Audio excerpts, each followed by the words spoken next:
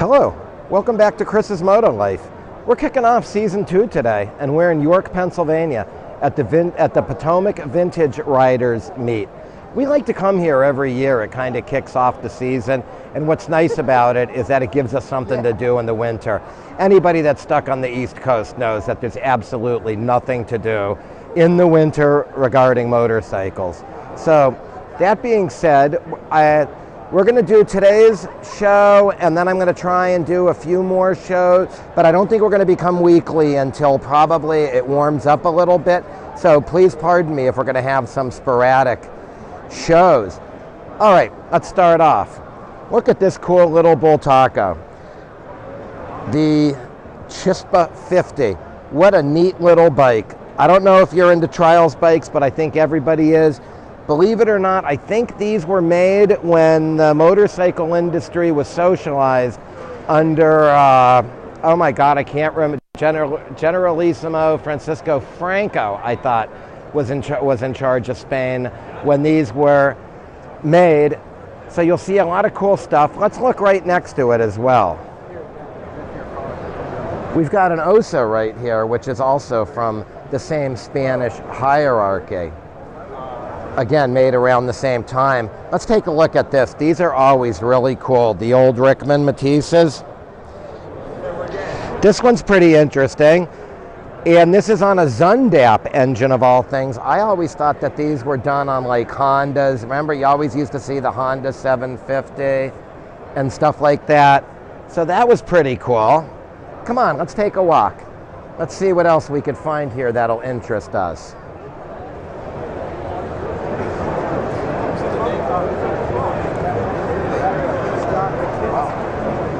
'77 Suzuki RM125, leading axle front forks, still a twin shock.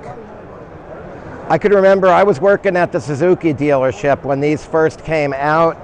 I remember I had a 1980 RM8, a 1979 RM80. What's neat about this one is it's also got a DG gold anodized swing arm, and it's got the obligatory Bell Ray sticker on it. Come on, let's check out some more stuff.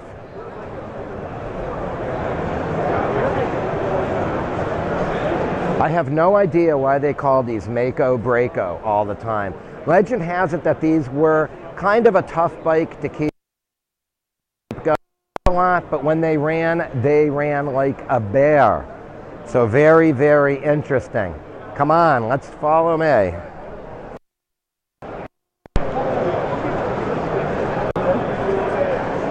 This is the bike that I lusted after during college, an RZ350. These were such nice bikes, and I remember all the rich kids had them, and at that point I had an RD 400 Daytona Special, which was kind of like the version before this, so I was never able to afford one of these.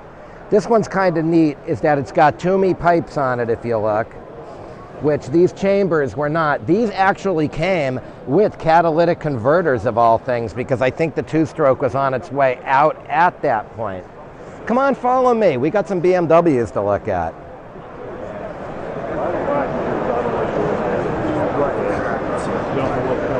If any BMW motorcycle could truly be called iconic, it would be the Paris-Dakar bike. It actually invented the genre of adventure bike, and believe it or not, this was just done as a one-off in the factory. If my reading is correct, that it was done in the factory by like just a couple guys. They made it. They didn't know whether or not they wanted to produce it. They produced it, and the rest is history. All right, let's take a walk down here.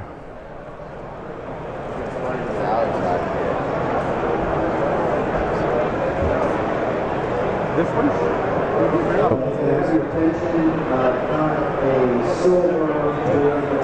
Again, we've got a nice little Montesa here. So we've got Bultaco, Montesa, and Osa represented from the Spanish manufacturers. Now, if we turn around, right here is a Honda Supersport 400. Can we get a shot of the pipes? I think it really is the pipes that make this motorcycle. It really is neat. Okay, look at this right behind us. an Aermachi era Harley Davidson. Look at underneath it. Look at the blob of oil. That's not something that you would keep in your living room. All right, moving on. Yeah, I've heard that.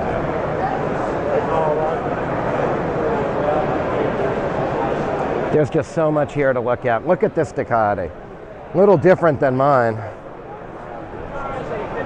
This is a 92 made into a track looking bike, which is awfully, awfully cool. And check this one out. Look at this trike. I don't know if anybody remembers the Steen Allsport, but that looks an awful lot like it from one of the 70s. Really, really fun stuff. And we're going to end up with one of my favorite bikes.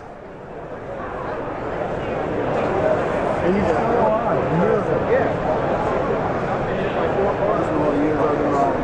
Yamaha RD350, as I've always said, I've had 3 of these over the years. I had a 73, a 77 400, and a 79. This is an RD350 1975. You'll note that it still has the spoked wheels on it. What's kind of interesting about this one is that it has the original pipes on it.